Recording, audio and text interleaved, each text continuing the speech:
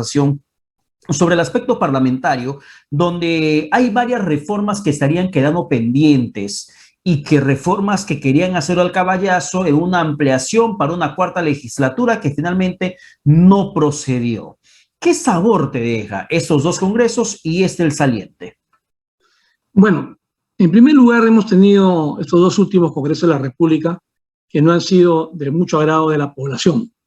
Realmente han habido muchas fallas en el direccionamiento de esta actividad parlamentaria en los dos últimos congresos. Más aún, he escuchado a muchos comentaristas decir que este último congreso es el peor congreso que ha existido en las últimas décadas, por decirlo de alguna manera. Sin embargo, yendo a tu pregunta de que iban a hacer una cuarta legislatura y esta ya no se dio, bueno, esto no ocurre normalmente. Creo que esto era porque se querían aprobar ciertas leyes, especialmente esta que iba a ser para que haya una nueva Cámara. Y se requería justamente esta cuarta legislatura. Si esto ya no se dio, es muy difícil que se dé realmente la cuarta Cámara, la Cámara de Senadores que todo el mundo estaba esperando.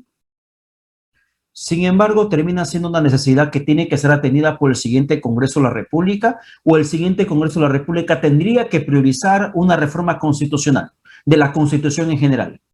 Bueno, el próximo Congreso de la República va a depender de lo que pase el día 6 de junio. El día 6 de junio, y como hemos visto hoy día las encuestas, está bastante peleadas. Hemos visto que Keiko se estaba acercando ya demasiado, muy cerca a Pedro Castillo. Sin embargo, las últimas que acabo de ver, que son la de Datum, hay una diferencia de 5 puntos, y si hablamos de la que ha salido hoy día, la de IEP, hay una diferencia de 10 puntos, lo cual a mí también me llama bastante la atención. Al margen que sabemos también todos que IEP también dio encuestas en la primera vuelta que no fueron acertadas, que fueron totalmente distorsionadas, ¿no? Sin embargo, la de Datum sí fueron unas encuestas que eran más aproximadas, por decirlo de alguna manera. Sin embargo, Julio, perdón, y llama mucho la atención la metodología de las encuestas que hace IEP, que es vía teléfono. ¿Tú crees que se puede generar una confiabilidad en el resultado que pueda obtenerse de una encuesta de ese tipo? No, yo creo que vía telefónica las personas actúan de otra forma, muy distinto, primero a la forma presencial, face to face, o sea, es totalmente distinto. Yo creo que la metodología, si bien es cierto, vale de cierta manera, sin embargo, yo creo que los márgenes de error en esa metodología deben ser mucho más amplios. Generalmente ellos han mostrado que hay un margen de error de cerca del 3%, 2.8% si no me equivoco. Sin embargo, yo creo que el margen de error ahí debe ser 6, 7%, ¿no? ¿Y qué podría estar generándose en el imaginario popular cuando ves que, por ejemplo, por 10 puntos le lleva, según la encuesta publicada el día de hoy por la República, a Castillo, a Keiko Fujimori, y cuando salga mañana, el pasado, el miércoles, otra encuesta, y se menciona que el margen es mucho más estrecho del que se mencionó el día de hoy? ¿Qué podría generarse en este escenario bastante temperamental electoral? Mira, en primer lugar, las encuestas antes que se den las elecciones, aproximadamente 2 o 3 semanas antes, como es el caso, tienen cierto valor de manipular a veces al mismo electorado, porque especialmente ese electorado indeciso, que no sabe por quién votar, que hemos visto que es el que va a decidir esta próxima elección.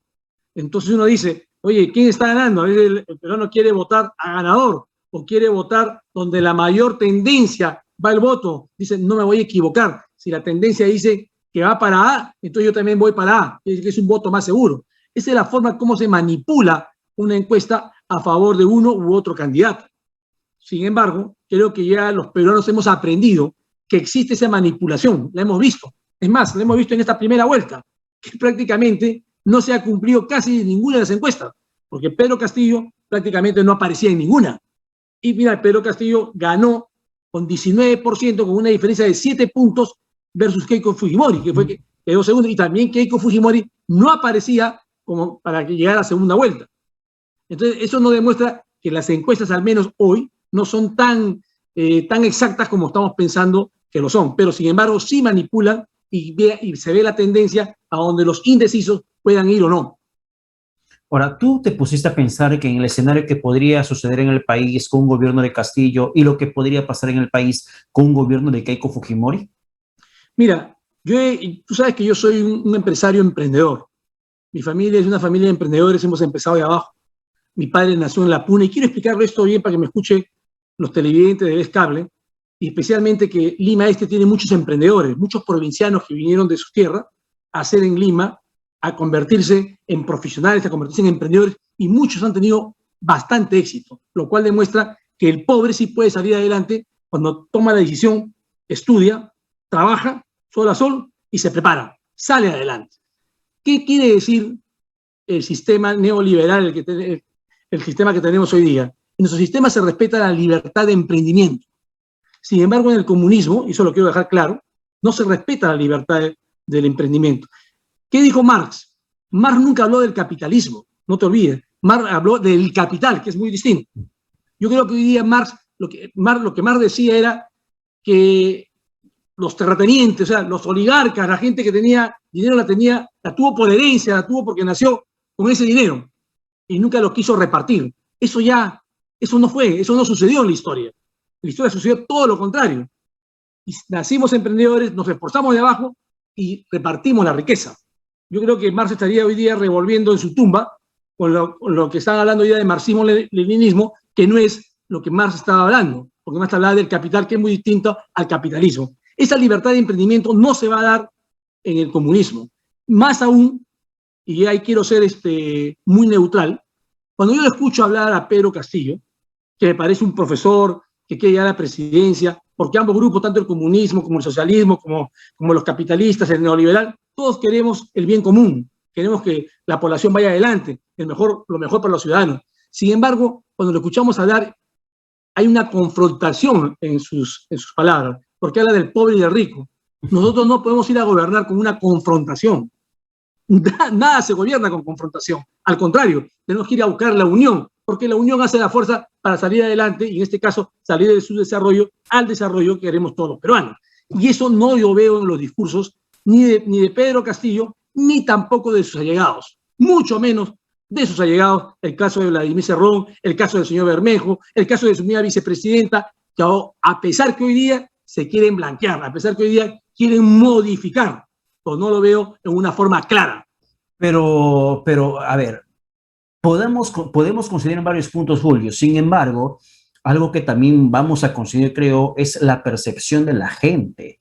Si, por ejemplo, Pedro Castillo termina diciendo, y eso me refiero a la prensa en particular, si Pedro Castillo un mitin dice, va a presentar, revelar cuánto gana la prensa, algunos periodistas, lo que va a reflejar en la gente es una sensación de indignación, porque consideran que los medios de comunicación tienen la culpa de la crisis económica, política, social que atraviesa el país. Consideran que la prensa es culpable también de los niveles de corrupción que existen en el Perú. Si Castillo termina diciendo, por ejemplo, que va a acabar con los grandes negociados de las empresas, la gente lo va a aplaudir porque considera que las grandes empresas tienen la culpa del nivel de pobreza que existe en el país, porque no han tributado, porque no pagan sus impuestos, porque son beneficiarios, porque son riquezas que no se ha compartido con la gente, porque son actividades mineras que contagia a la gente, contamina las fuentes de agua y por lo tanto tiene que haber una mano dura que acabe con todo eso. Es una sensación de indignación que tienen aquellos que están apostando por la candidatura de Castillo. Mira, Pedro, yo coincido con tu apreciación bastante. Generalmente cuando viene una elección nueva, no solamente para lo que es la presidencia de la República, inclusive hasta los alcaldes, la población siempre espera algo, mano dura. ¿Y por qué espera mano dura? Porque hemos visto todos los gobiernos que no han tenido mano dura. Y se ha visto, ¿y a través de dónde vemos esto? ¿De dónde se entera la población? Se entera a través de los medios de comunicación. Hoy día, ¿qué vemos en los medios de comunicación? Yo no sé si la prensa, como se ha unido hoy día, y ya en forma clara, en forma abierta contra el comunismo, porque es claro y abierto, no sé si eso le hace bien a la campaña de Keiko o le hace mal a la campaña de Keiko. ¿Por qué? Porque hay una indignación nacional, total. Hoy día yo salgo a la calle y veo no al comunismo por todas partes. Por todas partes. No hay ningún lugar que no vea no al comunismo. Desde un letrero, desde un aviso, voy a los medios de comunicación. Eso es lo que está ingresando en mis oídos. Pero yo quiero llegar más allá. ¿Qué es lo que quiere realmente el ciudadano peruano? La gran mayoría, que son pobres hoy día, porque ha habido más pobreza a raíz de esta crisis sanitaria, esta cosa ha aumentado mucho más, dice el pobre. Hemos tenido un gobierno del presidente Fujimori, Alan García, después Toledo, Ollantumala, PPK, el señor Vizcarra, todos estos prácticamente, por no decirlo de una forma, presos. Todos estos llenos de corrupción. Y el pobre dice, bueno, oiga, si igual o peor. Entonces, cuando quieren pedirle su voto en contra del comunismo, yo le digo acá y le digo a los que menos tienen, yo sé que usted está pensando con lógica, dice, si con todos estos gobiernos que fueron presos y seguir el mismo estatus con Keiko, me va a ir igual. Sin embargo, con él también me puede ir igual, pero ¿qué pierdo? No pierdo nada. Eso es lo que está razonando la gente. Pues yo le diría a ellos que van a perder mucho más. ¿Qué cosa Porque si verdaderamente el gobierno de Pedro Castillo va directamente al comunismo, a este comunismo conocido, y no quiero ir fuera de Latinoamérica, solamente en Latinoamérica, de Nicaragua, de Cuba, de Venezuela y de otros países que ya están nuevamente convulsionando, como Bolivia, se están levantando. Bueno, ¿qué es lo que nos espera? Ahí tenemos el ejemplo. No tenemos que ir muy lejos. O sea, tenemos el ejemplo muy claro, porque por todas las declaraciones y por la gente que rodea hoy día a Pedro Castillo, todo indica que podríamos ir por ese camino. Todo claro, indica, pero no hay nada que me indique a mí lo pero contrario. Julio, eso por la parte de Castillo. Pero Keiko tampoco es una devoción total de santidad. Keiko Fujimori tiene un lastre de corrupción, tiene un último pasado político de un Congreso de la República muy obstruccionista, un Congreso de la República que es culpable de la crisis de los 5 años que hemos atravesado. Y que Keiko Fujimori, en una reciente entrevista, salga y pida perdón a Jaime Saavedra, le pida perdón para muchos considerado el mejor ministro de Educación que tuvimos, según varios expertos, y que en primera nomás, por denuncias de funcionarios del Ministerio de Educación, dentro del Congreso, dominado ampliamente por Fuerza Popular, lo censuraron. Lo votaron literalmente a Jaime Saavedra desde la bancada de Fuerza Popular con una censura en el Congreso dominado directamente por el fujimorismo. Entonces, a esas alturas pedir perdón por parte de una persona que tiene la culpa de esta crisis, en realidad termina siendo para muchos un chiste de mal gusto, porque ella bien pudo haber hecho desde la posición política que tenía algo mejor desde el Parlamento, pero puso por encima de todos su interés personal y el dominio político que pretendía hacer primero con Pedro Pablo Kuczynski, a quien le empujó a la renuncia, y luego con Martín Vizcarra. Mira, Pedro, tu apreciación, yo estoy de acuerdo 100% contigo. No voy a negar lo que tú acabas de decir, y creo que ningún peruano lo podría negar. Pero acá hay una cosa muy importante. Si bien es cierto que Keiko está pidiendo disculpas, y lo has dicho, y que tal vez no te parezca a ti y a muchos ciudadanos no les parezca, ya demasiado tarde, yo lo único que quiero decir es que después de la guerra todos somos generales. Después de la guerra todos somos generales, porque puedes ver todos los errores y uno puede arreglar las cosas y mejorar para el futuro. Acá hay una elección que es entre un posible comunismo, y digo posible comunismo, por lo que yo estoy viendo, porque nada me asegura que realmente Pedro Castillo va a tener un gobierno netamente, 100% comunista, pero sin embargo, por la gente que lo rodea, la forma de hablar y la forma de cómo está llevando su campaña, para mí va camino a una Cuba, a una Venezuela, a una Nicaragua. Sin embargo, también es cierto lo que tú dices de Keiko. Acá hay una disyuntiva en la población. ¿Qué prefieres? Una duda, que puede ser Keiko, una duda. No estoy diciendo, oiga, Keiko es lo máximo, no. Los errores están claros y son innegables, conocidos por todos los peruanos. A veces uno dice, más vale malo conocido que bueno por conocer. Acá hay una duda grande. Y acá tenemos el camino casi claro a dónde estamos yendo con el señor Pedro Castillo. Acá hay que tomar una decisión y el pueblo tiene que tomarla. El pueblo tiene que pensar y razonar. Tiene que saber escuchar lo que dice cada uno. Ahora, hay una gente que me dice, somos mentirosos, todos los candidatos nos mienten. Sí, seguramente que sí. Hemos visto a través de décadas que todos los candidatos nos han mentido. Muchos de los candidatos que han salido en campaña a decir, yo voy a hacer 1, 2, 3, 4, 5, no han hecho del 1 al 5 nada. Han hecho todo lo contrario, justificándose siempre en que cuando llegan al gobierno encontraron cosas totalmente distintas a lo que ellos pensaban que había, ¿no? Una cosa es con cajón y otra cosa es con cajón y guitarra. Entonces, lo que yo te quiero decir es una elección bastante difícil para nosotros los peruanos. Para mí, en particular, es una elección bastante difícil. Por ejemplo, yo vengo de una familia muy pobre, una familia de emprendedores que hemos salido adelante, de la puna, ¿no? Y te digo, oye, tengo mis hijos, ya tengo mis nietos, y digo, oye, ¿qué Perú queremos dejar? ¿Qué es lo que puede suceder en esta elección? Es la elección creo que más difícil que hemos tenido en los últimos 30 años que tiene nuestro país. Después de haber luchado contra el golpe de Estado, después de haber luchado para respetar el Estado de Derecho, para respetar la libertad restricta de la propiedad, para preservar la libertad de expresión, o sea, nos ha costado mucho. Y bueno, creo que ningún peruano y ojalá que esa, dispuesto a perderla. pero Julio, para terminar, y ojalá que esta elección que vamos a desarrollar el próximo 6 de junio no termine en 5 años similares al que se está yendo, con 4 presidentes. Estamos siendo gobernados por alguien que ni siquiera ha sido elegido para presidente, ni siquiera estaba en la plancha presidencial. Sagasti ha sido puesto como una salida a la crisis política que durante casi 4 años nos estaba arrastrando.